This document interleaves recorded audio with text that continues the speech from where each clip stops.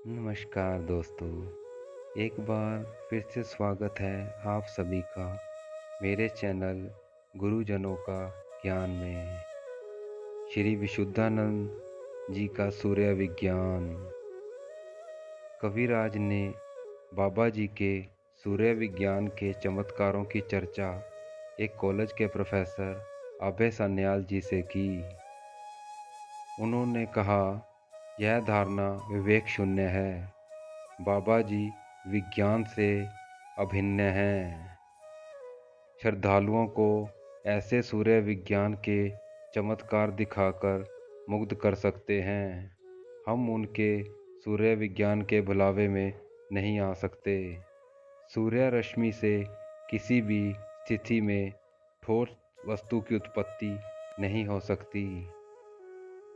बहुत कहने सुनने पर कविराज जी के अनुरोध पर वे इनके साथ बाबा जी के आश्रम पर जाने को तैयार हो गए।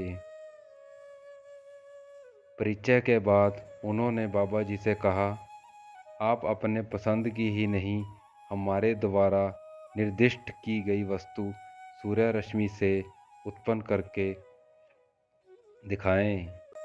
हम आपके सिद्धांत की वास्तविकता को स्वीकार कर लेंगे। तब बाबा जी ने कहा, क्या देखना चाहोगे?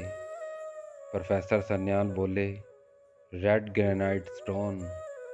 तभी बाबा जी ने एक डिब्बे में रखी हुई रुई मंगवाई। उसमें से एक टुकड़ा रुई का लेकर उससे कुछ दूरी पर रख दिया। तब उस पर लेंस से सूर्य का प्रकाश देने लगे। वह रुई का टुकड़ा धीरे धीरे सफ़ेद से लाल रंग में परिवर्तित होने लगा।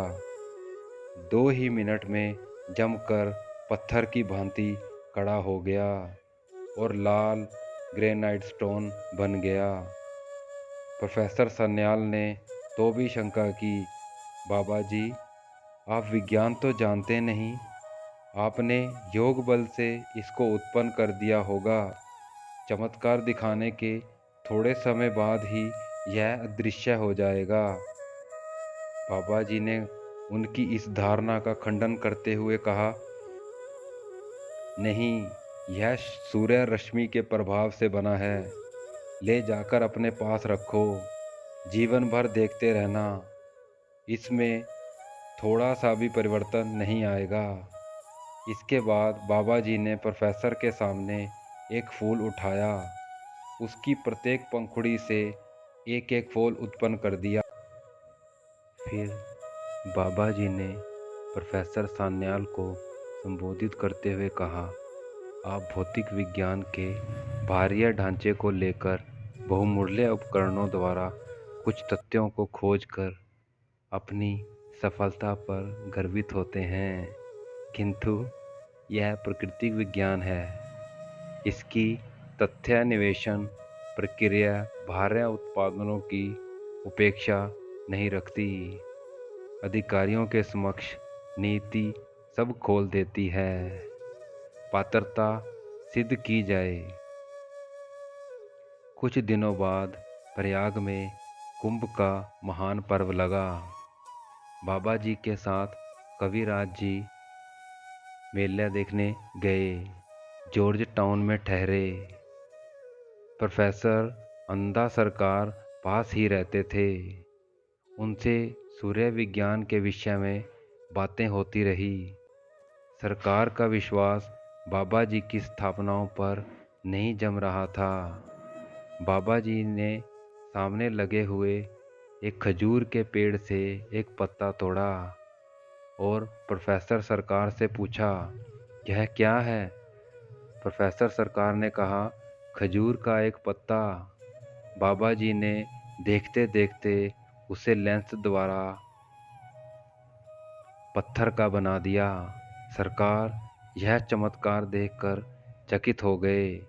बाबा जी ने कहा, आप लोग वैज्ञानिक पद्धतियों से वस्तुओं का संश्लेषण करते हैं, किंतु उसके पश्चात परिचित वस्तु को उसकी पूर्व स्थिति में नहीं ला सकते, किंतु योग के द्वारा यह भी संभव है।